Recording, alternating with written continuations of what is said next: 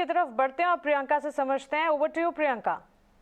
बिल्कुल मानसी, देखिए पूरे हफ्ते के भी गेंस की बात करेंगे, लेकिन फिलहाल बाजार तो आपको उन्हीं सपोर्ट के पास उस फर्स्ट रेजिस्टेंस जहाँ देखने को मिलता है 17,950 के पास वहाँ क्लोज होते हुए दिखाई दे रहा है। आज दिन भर में ट्रेड कैसा हुआ, फिर उसके बाद हम आज के स्पेसिफिक इस हफ्ते के स्पेसिफिक गेंस की भी बात करेंगे।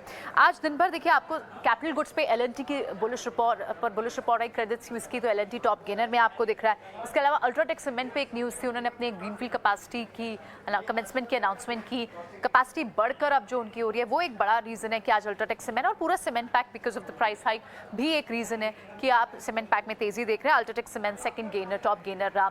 BPCL क्योंकि ऑयल मार्केटिंग काउंटर्स लिए थोड़ा सा रिलीफ तो है, ऑयल एक ट्रेड में ब्रेंट क्रूड ऑयल एक ट्रेड में रेंज में ट्रेड कर रहा है, तो वो एक रीज़न रहा। एशियन पेंट्स में इसीलिए आपको एक पुल बैक दिखाई दे रहा है और बड़ा सपोर्ट तो आपको रिलायंस इस पूरे हफ्ते मिला ही है। लगभग 7-8% तक की मूव आपको इस पूरे वीक में रिलायंस से देखने को मिली और निफ्टी ने इसीलिए आज आपको एक पुल बैक भी दिया जिन लेवल से हम खुले थे। उसके बाद भले वो गेंस भी जो है इरोड हुए, लेकिन टॉप गेनर्स में आपके ये निफ्टी गेनर्स है। लूजर्स कहाँ थे आज? Nestle India post the numbers, ये लूजर था। इंडसइंड बैंक, क्योंकि बैंक्स आज काफ़ी वीक थे। अभी हम जो लास्ट आवर में देख रहे हैं ये रिकवर होकर बंद हो रहे हैं। बैंक्स जो है वो लगभग 400-450 पॉइंट्स के डेंट के साथ बंद हो रहे हैं, लेकिन एक टाइम पे 650 पॉइंट्स तक की गिरावट है और इंडसइंड बैंक सबसे बड़ा लूजर भी था। और अब भी आप जो ड्रैगर्स देख रहे हैं उसमें सबसे बड़ा नाम इंडसइंड बैंक का ही है बैंक स्पेस में। उसके अलावा SBI लाइफ ड्रैगर है। मिड कैप गेनर्स और लूजर्स की बात करें तो वहाँ पर आपको आज रियल एस्टेट बैंक से कुछ गेनर्स के नाम निकल कर आए, हालांकि न्यूज़ DLF पर भी थी, पर प्रेस्टीज ने एक अच्छी मूव दिखाई।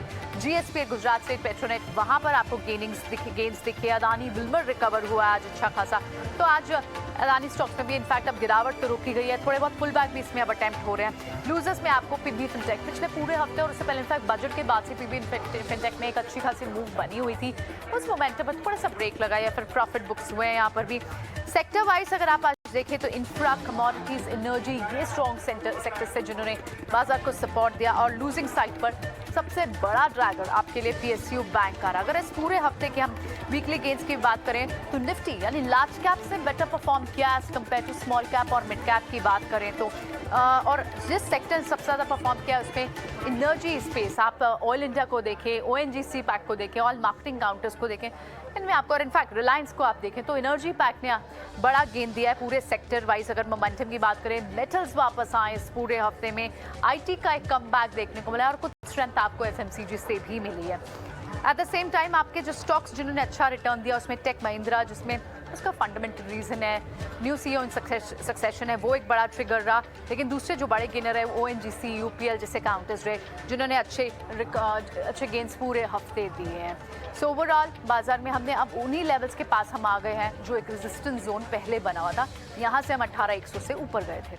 अब देखना होगा ग्लोबल क्यूज किस तरह के होते हैं ओवर द वीकेंड। और आज भी एक इंपॉर्टेंट डेटा पॉइंट आना है US इकॉनमी से, और उसके बाद हम सोमवार को नए हफ्ते की शुरुआत किस तरह से करते हैं। फिलहाल शो को यहीं समेटेंगे। सुदीप और राजेश, आप दोनों का ही बहुत बहुत शुक्रिया, सारी स्ट्रैटेजी हमारे व्यूअर्स के साथ शेयर की। मुझे दीजिए इजाज़त, सोमवार को फिर होगी आपसे मुलाकात। Have a nice weekend.